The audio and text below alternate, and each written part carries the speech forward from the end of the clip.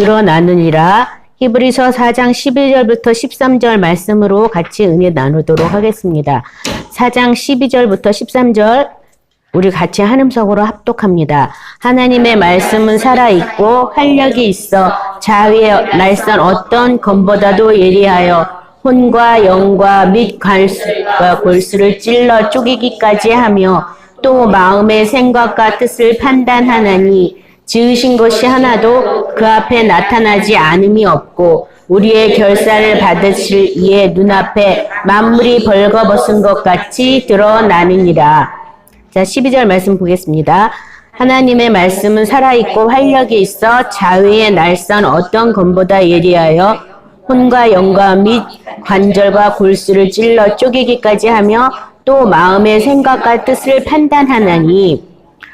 그래서 많은 사람이 하나님의 말씀을 믿는다고 생각하고 믿습니다 해서 끝쳐버리거든요. 근데 하나님의 말씀은 생명이기 때문에 단지 믿음의 차원이라면 어떤 유명한 철학가가 한 말이라든지 어떤 현자들이 한 말들을 우리가 얼마든지 계속 믿을 수 있어요. 그거라면 그거는 생명이 없는 믿음이 되겠고요. 우리가 아는 이 성경 말씀은 바로 예수님의 생명이기 때문에 이 말씀이 살아있다는 걸 믿으시기 바랍니다. 이 말씀이 살아있다면 그냥 믿습니다만 할 것이 아니라 그 말씀이 우리 가운데 생명력으로 어떻게 나타나느냐가 오늘 본문 말씀이거든요. 그래서 첫 번째 그 말씀이 활력이 있다. 즉 살아있고 활력이 있다. 생명이 넘쳐난다는 얘기죠. 활력이 있단 말은요. 힘이 있다. 그래서 어떤 역할을 하냐 하면 자위의 날선 어떤 검보다 예리하여 혼과 영과 및 관절과 골수를 찔러 쪼개기까지 하며 또 마음의 생각과 뜻을 판단하는 일을 한다. 하나님의 말씀에 생명력이 있어서 먼저 검으로서 어떤 역할을 하는지 혼과 영과 관절 골수를 찔러 쪼개기까지 한다. 그러니까 말씀이 들어오면은 그 말씀이 바로 예수님이시고 말씀이 바로 생명인데 그 생명이 우리 안에 와서 우리의 우리가 의식하는 부분에 대해서 먼저 와서 쪼개는 역할을 해줘. 영도 쪼개는 역할을 하고 관절과 골수, 육체까지도 그 말씀이 와서 쪼개는 역할을 해요. 한다고 말씀하고 있고요. 더 나아가서 또 뭘 하냐면 마음의 생각과 뜻을 판단한다고 되어 있어요. 그래서 저도 똑같은 하나님의 말씀으로 하나님 아버지께서 이런 각도로 저런 각도로 다뤄주실 때마다 말씀이 다른 각도로 제 속에서 쪼개지는 거를 볼 수 있었거든요. 그래서 먼저 말씀에 비춰서 내가 생각하는 말씀, 내가 생각했던 말씀이랑 하나님이 주시는 말씀이랑 전혀 다르게 생각되어지는 부분들도 많이 있어요. 제가 지금 녹화를 해야 돼서 여러분을 보지 못하고 있지만 참 답답하네 이거. 자, 그래서 어떤 것들이 있었냐면요. 만약에 항상 기뻐하라 이랬으면은 먼저 내 혼은 항상 기뻐하라 했으니까 뭐든지 기뻐해야지 이러고 먼저 튀어나간다고 해요. 근데 살다 보면 항상 기쁜 일만 있는 거 아니잖아요.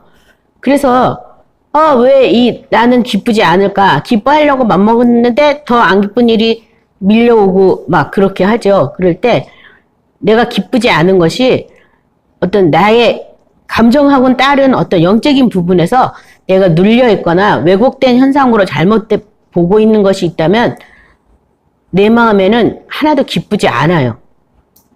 또 때로는 육체가 묶여 있어서 관절, 골수 찔러 쪼갠다고 하는데 그런 것들이 또 나한테 묶여 있으면은 내가 또 기뻐할 수가 없거든요. 그리고 더 나아가서 하나님이 항상 기뻐하라는 하나님의 그 말뜻이 하나님의 생각과 내 생각이 달라요. 난 나한테 좋게 해준 것만 기쁘다고 생각하거든요. 근데 하나님은 항상 기뻐하라는 그 말씀에는 좋지 않은 일에도 나하고 나의 의지와 상관없이 기뻐해야 되는 것이 하나님의 왕권을 내가 인정한다면 기뻐해야 되는 명령이라는 것을 또 우리가 알게 되고 하나님의 본 뜻이 뭔가 항상 기뻐하라고 한 그 본 뜻이 내가 이해하기 전까지 나의 잘못된 뜻들을 판단받는 일을 하게 돼요. 그래서 말씀이 살아있다는 것은 내 안에서 말씀이 계속 역사하고 있다는 거예요. 그래서 항상 기뻐하지 못하는 여러 가지 이유들에 대해서 내가 계속 말씀이 와서 내가 기뻐해야지 하는 순간부터 말씀이 와서 나를 계속 부딪혀서 결국에는 내가 그 말씀에 이래서 내가 기뻐해야 되는구나. 내가 이런 것에 묶여 있어서 기뻐하지 못했구나. 어떤 사람들은 굉장히 기쁜 일인데 나는 하나도 안 기쁜 일인 것도 많이 있거든요. 뭐 이런 거 있어요. 다른 사람들은 참 우리 남편에 대해서 참 그렇게 훌륭한 장남이랑 같이 사니까 너무 좋겠어요. 그러는데 저도 저를 빼고 나서 보면 참 훌륭하거든요. 근데 나한테 하는 걸로 봐가지고는 그럼 당신이 좀 들고 사십시오. 이렇게 말하고 싶을 때도 있어요. 이렇게 때도 있는데. 근데 객관적인 눈으로 보면 최선을 다하고 열심히 살고 있어요. 근데 내 눈으로 보면 또 이건 아니야. 그래서 뭐의 눈으로 봐야지 공정하냐면 주의 눈으로 봤을 때 내가 공정히 판단하고 또 주의 눈 아니라도 많은 사람이 보는 눈이 내 두 개의 눈으로 보는 거하고는 비교할 수가 없어요. 난 두 개를밖에 못 보잖아. 근데 많은 사람이 여러 가지 눈으로 보고 여러 각도로 보면서 훌륭하시고 멋지신 분이랑 사신다고 이렇게 하는 거잖아요. 근데 난 내 두 눈으로 보고 이걸 판단하고 듣기 때문에 편협된 생각이 많이 있죠. 나한테 잘하면 기쁜 거고 나한테 잘 못하면 안 기쁜 거예요. 근데 나한테 잘 안 해도 딴 사람을 더 잘해야 할 경우도 많이 있거든요. 그래서 하나님의 말씀으로는 기뻐해야 되는 거예요. 근데 내 생각만 해가지고 기뻐하지 않는 거죠. 예전에 여행도 간 적이 있는데 맨 처음에 애들을 데리고 해외 선교 여행을 목사님을 쫓아서 가게 됐어요. 꿈이 부풀어서 내가 가게 됐는데 나는 애 짐이랑 애를 업고 끙끙대는데 우리 남편은 다른 사람 짐을 다 들어서 컨베이어 벨트에 다 올려주더라고. 그렇게 친절할 수 없는 거예요. 그 사람들이 와서 어떻게 저런 남편 구했냐면서 나한테 그래요. 근데 나도 성격이 좀 느긋했으면 내 짐도 들어줄 때까지 내가 기다려요. 근데 난 좀 성격이 급하거든요. 그러니까 내 짐을 들어줄 차례가 없으니까 내가 그냥 끙끙대면서 짐을 올리는 거야. 그러니까 사실은 제가 그냥 더 여유 있게 누리면서 뭐 다 끝나면 내 짐 들어주겠지 이렇게 생각하면 되는데 그걸 못하니까 여행 내내 내가 속상했어요. 그리고 막 저기 누구 뭐 젊은 시절이니까 권사님들 가면 권사님들이 우리 남편이 그때 집사였어요. 김집사 나 다리 아파 그러면 그럼 잠깐 좀 쉬게 도와드리고 막 이렇게 하는 거야. 나는 애 둘을 데리고 쩔쩔매는데 그리고 뭐 여행지에 가니까 옛날 시대의 도시를 돌아다니니까 땅이 균열이 또 올바르지가 않고 막 울퉁불퉁해요. 그러니까 애들이 넘어질까봐 나는 경치 본 게 없고 땅 먹은 생각밖에 안 나요. 땅바닥만. 근데 우리 남편은 자기 혼자는 막 여기저기 열일하고 다녔거든요. 근데 그때는 내가 너랑 또 여행 가면 내 장을 지진다 이러고 한국에 왔는데 장을 몇 번 지져야죠. 그럼 몇 년 새에 이제 다시 가서 다 잊어버렸는데요. 갈 때마다 느끼는 거예요. 갈 때마다. 그렇게 착해. 나는 남을 다 도와줘. 왜 나만 안 도와줄까? 근데 하나님의 눈으로 봤을 때는 참 잘하는 일이었거든요. 내 눈으로 봤을 때는 이 사람이 내 건 안 해주나 이렇게 내가 원망불평도 많이 했는데 그런 입장에서 이렇게 하나님 말씀이 우리한테 오면은 네가 기뻐하지 못하는 이유가 바로 이런 것 때문이야. 짐 하나 안 들어줬다고 기뻐하지 못할 게 뭐 있겠어요. 그런 여행 아무나 가는 거 아닌데 남편이 다 돈 내줘서 가는 건데 감사하고 기뻐할 일이지. 뭐 그 짐 하나 내 거 안 들어줬다고 뭐 그렇게 투덜거리게 또 뭐가 있어. 근데 그 당시에는 그게 안 됐어요. 그게 안 돼가지고 화가 나가지고 막 씩씩거리고 방에 들어가지고 애 둘 데리고 짐 가방 2개, 3개를 끌고 올라오니까 넉다운 돼가지고 제가 누워있었던 그런 생각이 나는데 이렇게 하나님 말씀에 붙여서 봤을 때는 우리 남편이 참 훌륭한 거구나. 나한테는 내가 원하는 대로 안 움직여서 그렇지 이 사람 참 괜찮은 사람이구나. 네. 그런 생각들 많이 하셨죠? 다들 남편들이 남한테는 잘하고 가족들한테는 소홀히하고. 근데 그래서 또 도움을 받는 사람이 있고 또 행복한 사람이 있거든요. 그래서 제가 나중에 한국에 와서 그런 생각했어요. 만약에 내가 차 운전하다가 만약에 차가 뭐 과열됐다든지 해서 갓길에 세울 때 누가 과연 나를 도울 것인가? 그런 어떤 남자가 와서 도울 거 아니에요? 그럼 참 그 사람한테 고맙다 하지 않겠어요? 참 좋은 사람이지 않겠어요? 우리 남편도 그런 좋은 사람이었더라고. 입장 바꿔서 생각하니까. 그래서 제가, 내가 취소해야겠구나. 너가 좀 한번 데리고 살아봐. 이 말을. 취소했는데, 아무튼 내 눈이 아니라 하나님의 관점으로, 하나님의 생각으로, 하나님의 마음으로 볼 수 있도록 우리한테 와서 말씀이 와서 쪼개는 일을 해요. 그러니까 말씀을 듣고 아무 변화가 안 일어나고, 말씀을 듣고 아무 생각도 안 나고, 말씀하고 나하고 아무 생각이 없다면 그 말씀에는 생명력이 있는 거예요, 없는 거예요? 생명력이 없는 거예요. 생명이 있다면 반드시 그 말씀에 검이 예리하다 그랬잖아요. 예리하게 내 마음을 와서 팍 찔러요. 그래서 너 지금 그거 잘못된 생각이야. 너 지금 그거 내 뜻을 몰라서 그래. 너 지금 그거 육체에 묶여 있어서 너는 지금 네 육체 밖에서는 생각을 못해서 그래. 이렇게 말씀이 와서 쪼개는 일을 하거든요. 그것이 쪼개임을 받을 때는 상당히 괴롭기도 하고 힘들기도 하지만 그게 너무 행복한 일이에요. 나중에 하나님이 그 말씀을 주신 본뜻을 알게 되면 다 나를 위해서 주신 거거든요. 나의 행복을 위해서 주신 말씀이기 때문에 내가 언제든지 이 생명의 말씀을 내가 순종하겠다. 이것저것 다 재봐도 내 생각도 글르고 내가 알고 있는 것도 다르고 다 다르었으니까 교정을 받는 거예요. 말씀 안에서. 그래서 말씀을 그렇게 찔림을 받으셔야 되겠습니다. 우리 베드로전서 1장 23, 25절도 보면 너희가 거듭난 것은 썩어져 씨로 된 것이 아니요 썩지 아니할 씨로 된 것이니 살아있고 항상 있는 하나님의 말씀으로 되었느니라. 그러므로 모든 육체는 풀과 같고 그 모든 영광은 풀의 꽃과 같으니 풀은 마르고 꽃은 떨어질 때 오직 주의 말씀은 세세토록 있도다 하였으니 너희에게 전한 말씀이 곧 이 말씀이니라. 자, 그래서 우리가 거듭난 것이 뭘로 된 거라고요? 썩지 아니할 하나님의 말씀, 씨. 하나님의 말씀이라고, 씨가 바로 하나님의 말씀이라고 되어 있잖아요. 살아있고 항상 있는 하나님의 말씀으로 우리가 거듭난 것이다. 그러니까 사람들마다 내가 어떤 말씀으로 거듭났다고 말하기에 딱 정해진 말씀은 없어요.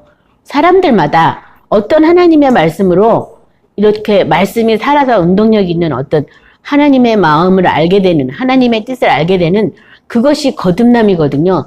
그러니까 어떤 말씀인지는 똑같은 말씀으로 거듭날 필요는 없겠지만 어떤 말씀이 쾅 닿아가지고 그 순간부터 내가 이제 막 벗겨지는 그런 일들이 일어나는데 그것이 바로 우리가 들은 복음의 말씀이다 이렇게 써있고요. 에레미야 23장 29절은 여호와의 말씀이니라 내 말이 불 같지 아니하냐 바위를 쳐서 부서뜨리는 방망이 같지 아니하냐. 말씀이 바로 뭐 같다고요? 불 같다. 또 방망이. 불이 오면 모든 것을 다 사르잖아요.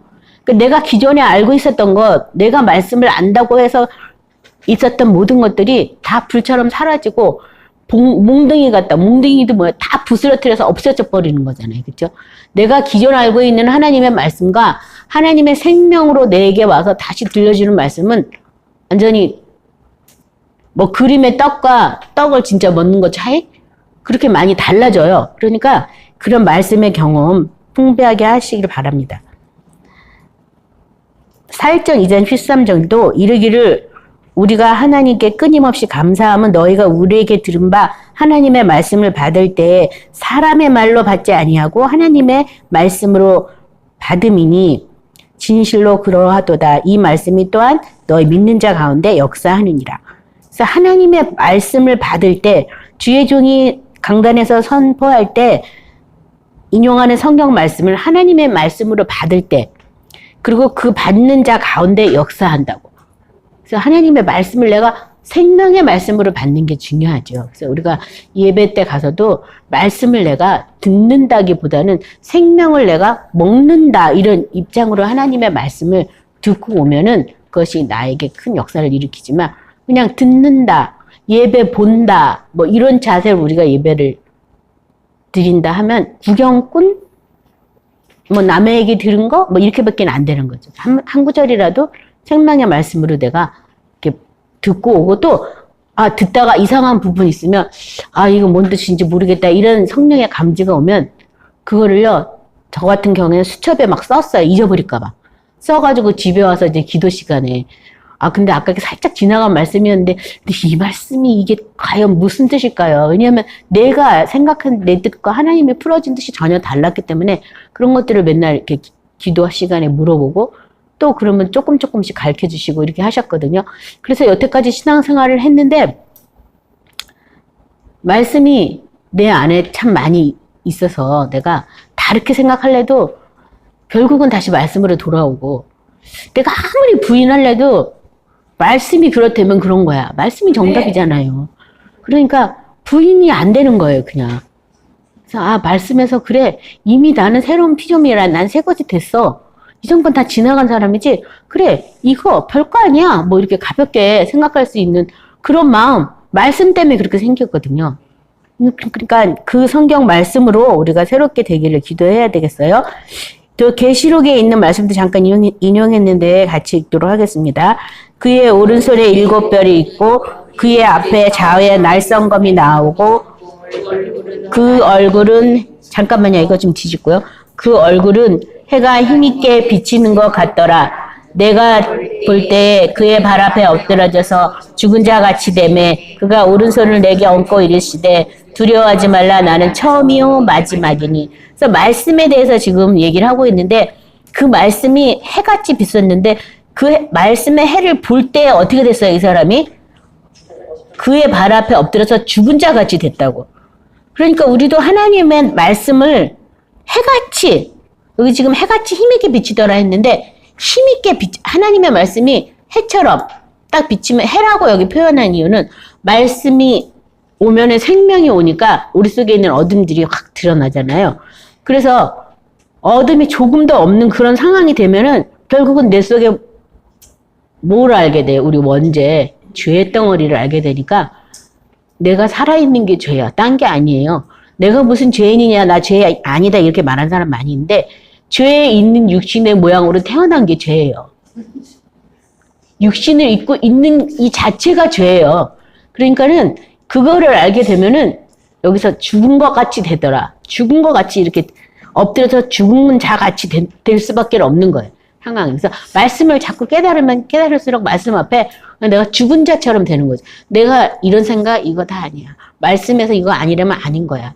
말씀의 뜻이 이런 거면 그거야. 내가 뭘 이걸, 그러니까 맨 처음에는 막 그거를 막 씨름을 하고, 그래도 내 생각은 이건데요, 이거 좀 아닐까요? 막 이러면서 막 타협도 해보고 하지만, 그런 말씀을 몇 번 경험하고 나면, 그래, 말씀이 그렇다면 그런 거야. 내 생각이 뭐가 중요해. 내가 느끼는 거, 이거 뭐야, 이건 뭐 아무것도 아니야. 영원한 말씀이 그렇다면 그런 거지. 예수님이 선포했으면 그렇게 된 거야. 이렇게 되지. 그걸 갖다가 그래도 막 연구해볼까? 이럴까 저럴까? 그 몇 번이면 족하죠. 뭘 몇 번씩 더 하겠어요. 그쵸? 그래서 여기 지금 죽은 자 같이 됐다고 얘기하고 있고요. 이사야서 49장 2절 4절 우리 같이 합독합니다. 내 입을 날카로운 칼같이 만드시고 나를 그의 손 그늘에 숨기시며 나를 갖고 닦은 화살로 만든사 그의 화살통에 숨기시고 내게 이르시되 너는 나의 종이요 내 영광을 내 속에 나타낼 이스라엘이라 하셨니라. 그러나 나는 말하기를 내가 헛되이 수고하였사오며 무익하게 공연히 내 힘을 다하였다 하였도다. 참으로 나에 대한 판단이 여호와께 있고 나의 부흥이 나의 하나님께 있느니라. 아멘. 내 입을 날카로운 칼같이 만드시고 그의 손끝날 안에 나를 숨기셨다. 그리고 나를 갈고 닦아서 그의 화살통에 숨기셨다. 하나님이 그럼 뭐를 칼같이 만든다고 지금 되어 있어요? 내 입을 날카로운 칼같이 만드셨다. 그러니까 나도 하나님의 말씀의 검에 의해서 이렇게 저렇게 생각이 바뀌고 행동이 바뀌고 말이 바뀌었잖아요. 그런 것처럼 나도 이제 그런 하나님의 말씀을 전파하는 도구로서 말할 때 하나님의 말이 불같고 방망이 같이 사람들을 찔러 쪼개는 그런 도구로 내 입을 사용하신다고. 그래서 우리 성령이 처음에 임할 때 우리가 생소한 말을 하게 되잖아요. 방언을 말하게 되잖아요. 제일 먼저 우리를 억어하는 데가 어디냐면 우리 입이에요. 우리 그때 방언을 말할 때 우리 생각해보세요. 내 맘대로 안 됐잖아요. 내 혀에 성령이 임하셔가지고 막 이상하게 막 하다가 나중에 방언 말하게 됐잖아요. 그것처럼 우리 혀를 그렇게 만드시려니까 혀 먼저, 입 먼저 와서 성령이 요구하신 거거든요. 그래서 여기 내 입을 하나님이 화살통에 꼽는 화살처럼 여기신다고 이렇게 말씀하고 있고요. 그 다음에 내가 말하기를 4절에 그러나 내가 말하기를 자기는 어떻다고요? 내가 헛되이 수고하고 무익하게 공연히 내 힘을 다하였다고. 나에 대한 판단이 하나님께 있고 나에 대한 봉이 하나님께 있는데 내가 자기가 주인 노릇하고 자기 힘으로 하니까 내가 한 모든 게 헛되다고. 공연히 내 힘을 다하였다 이런 말을 한다는 거예요. 저도 요새 이거를 진짜 실감을 하고 있어요. 야, 내가 헛되이 수고했구나.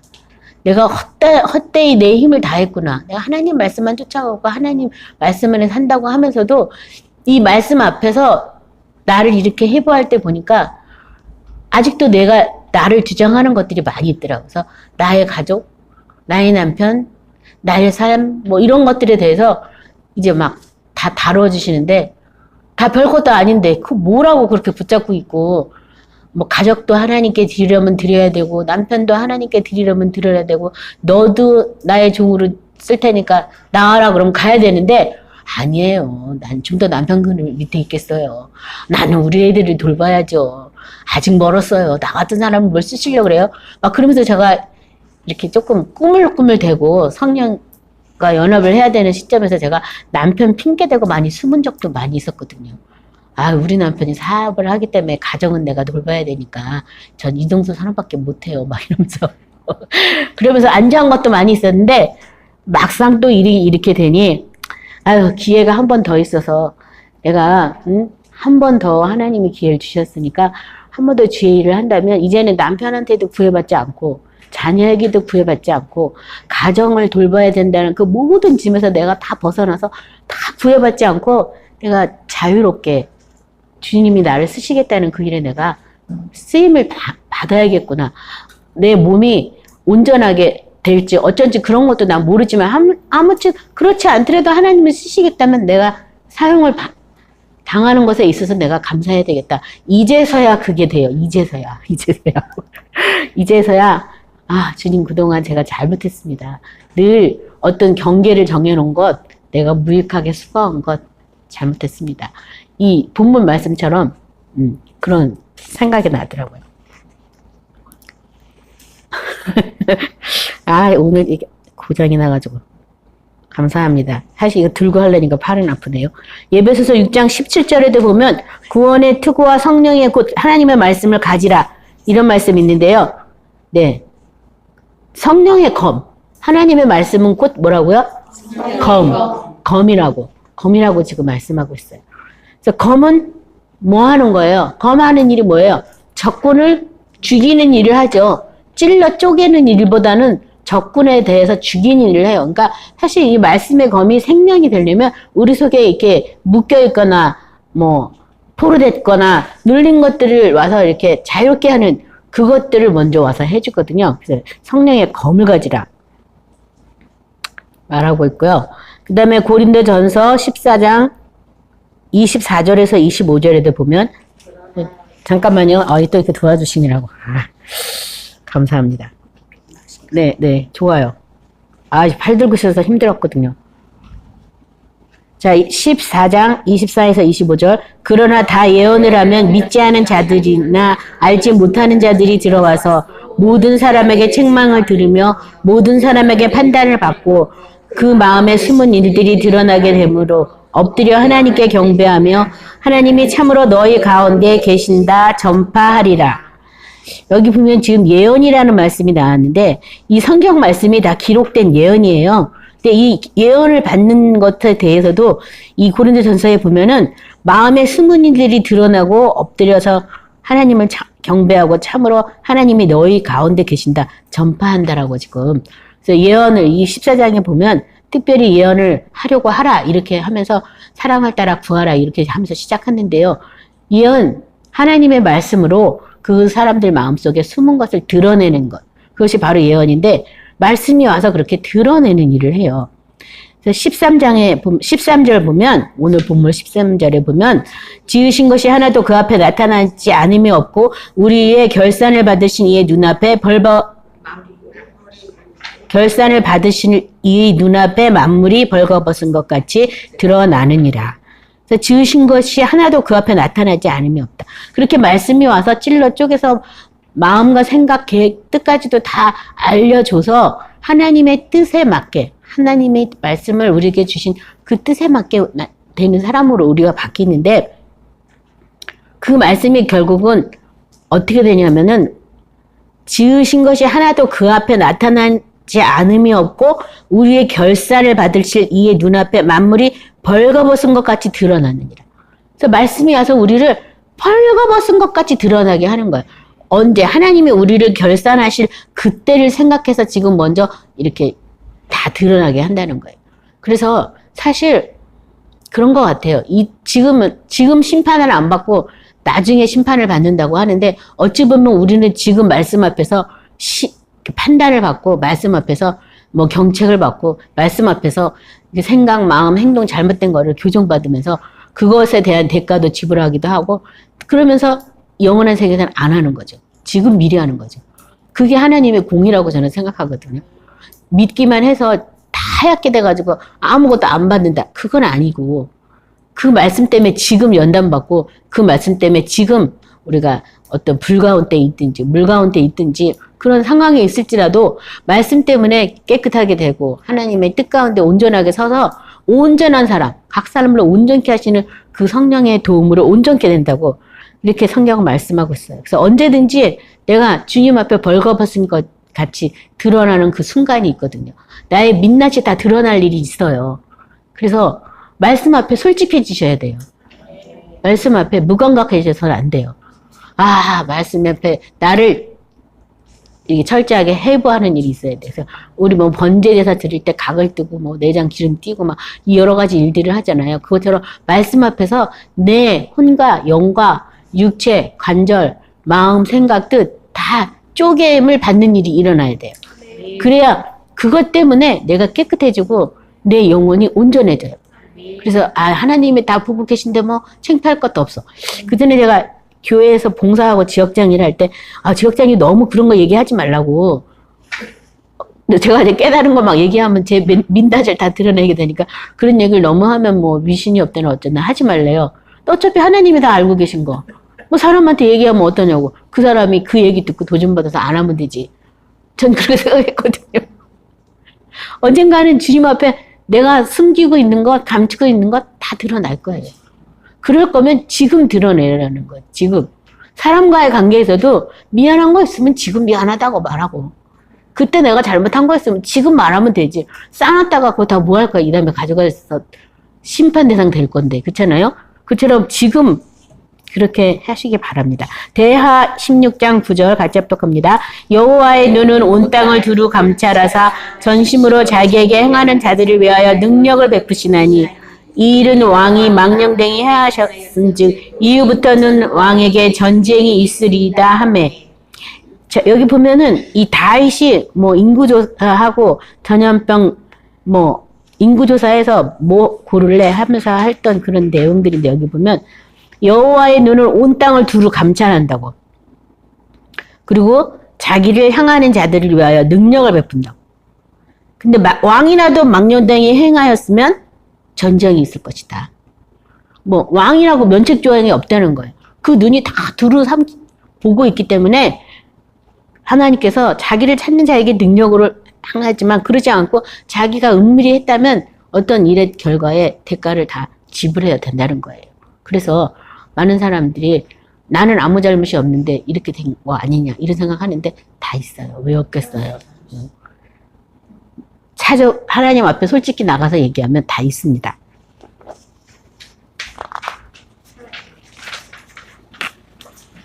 그 다음에 욥기서 읽겠습니다. 그는 사람의 길을 주목하시며 사람의 모든 걸음을 감찰하신다. 그래서 사람의 길도 하고 걸음까지도 어떻게 걷는지 감찰하신다라고 말씀하고요. 시편 33편 13절에서 15절을 여호와께서 하늘에서 굽어보사 모든 인생을 살피시며 곧 그가 거하시는 곳에서 세상의 모든 거민을 굽어 살피시는도다.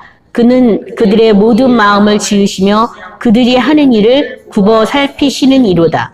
그래서 누가 보는 사람 없는 것 같지만 다 나를 굽어 살펴보시는 사람이 있어요.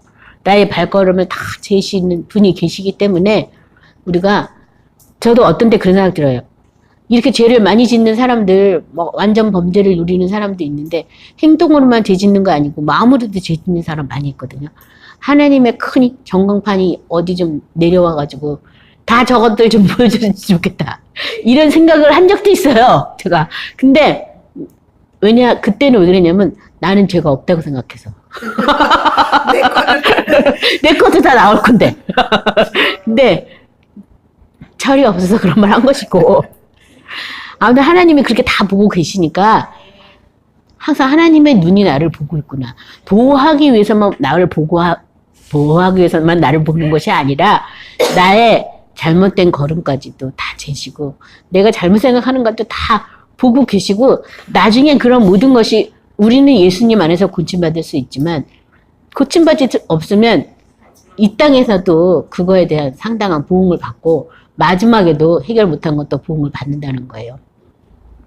잠언서 15장 11절 스올과 아바돈도 여호와 앞에 드러나거늘 하물며 사람의 마음이리요. 스올이 지옥이고 아바돈도 뭐 지옥 근처인데 그런 것도 다 드러나는데 사람 마음 안 드러나겠느냐. 네가 무슨 마음 먹었는지 안 드러나겠느냐.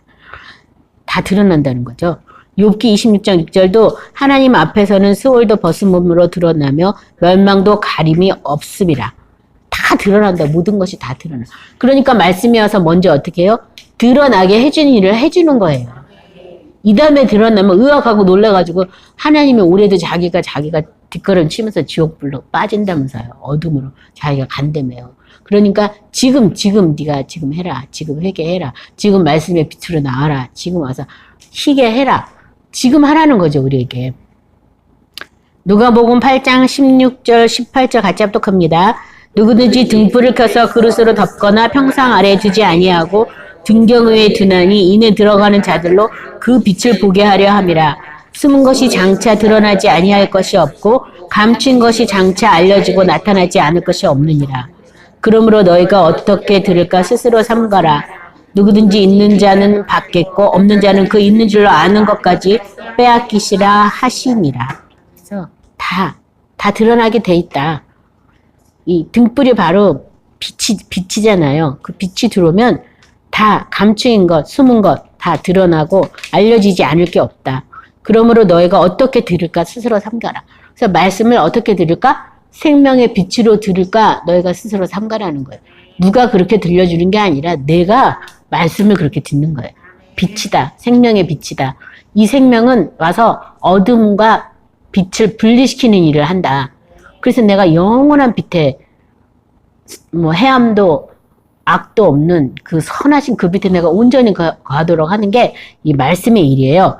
요한복음 6장 63절도 살리는 것은 영이니 육은 무익하니라. 내가 너에게 이른 말이 바로 영이요 생명이라. 그래서 이 말씀이 바로 생명이다. 그 생명은 와서 무슨 일을 한다고요? 쪼개는 일을 한다. 쪼개는 일. 드러나게 하는 일을 한다. 이것만 오늘 기억하시기 바랍니다. 고린도서 5장 10절 이는 우리가 다 반드시 그리스도의 심판대 앞에 나타내어 각각 선악간에 그 몸으로 행한 것을 따라 받으려 함이라. 그리스도의 심판대를 다 통과하게 돼 있는데 뭘로 행한 일? 몸으로 행한 일. 몸으로 행한 일을 따라 받으니까 이 몸까지도 내 몸이 아닌 그리스도의 피값으로 산 몸으로 우리가 이 땅에서 잘 보존하고 보호해야 될 일이 있는 거예요. 그래서 그런 것들을 잘못 또 했다면 그 부분도 회개하셔서 주님의 성전으로 잘 관리하시고 단장하시기 바랍니다.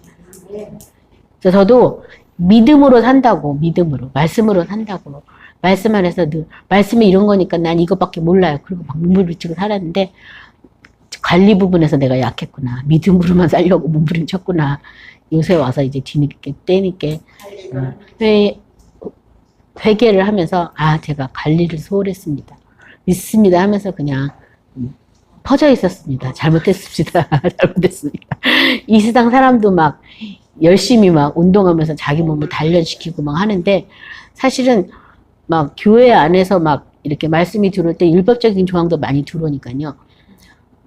내 걸 뭘 하는 게 좀 약간 죄스러운 마음도 있더라고요. 그래서 전도도 잘 안 하면서 운동 나가면 괜히 죄송한 거예요. 그런 마음도 제 안에 참 많이 있었거든요. 그래서 전도하러 동네도 안 다니면서 동네 어디 공원 가서 산책한다는 게 참 이게 말이 안 돼. 그러니까 그냥 퍼져서 집에서 누워있고 그렇게 하고도 전도를 할 만한 그런 마음에 어떤 능력이 확 온 것도 아니라 그것도 좀 쑥스럽고 막 한 그런 마음도 있다 보니 참 여러 가지로 이렇게 이 핑계 저 핑계 되면서 이런 말씀 저런 말씀이 좀 제가 제 몸을 잘 관리하지 못한 부분도 많이 있었어요. 그래서 이제 그런 거 다 잘 해야죠. 예, 그래서 아무튼 우리는 말하는 거, 행동하는 거 다 하나님이 다 이렇게 자로 재서 우리의 걸음까지도 다 자로 재서 살펴보시고 굽어보시고 뭐 여러 가지 표현이 여기 나왔잖아요. 그렇게 우리를 지켜보고 있어요. 그래서 그냥 아무나 믿기만 하면 천국 가고 안 믿으면 지옥 가고 이게 아니라 믿으면 그 나라를 누리고 살아야 되고 안 믿으면 그 나라에 들어가지도 못하는 걸로 이렇게 깨달아 아시기 바랍니다. 오늘 말씀 생각하시면서 말씀의 생명의 빛이 내 안에 비춰달라고 기도하겠습니다. 다 같이 기도하겠습니다.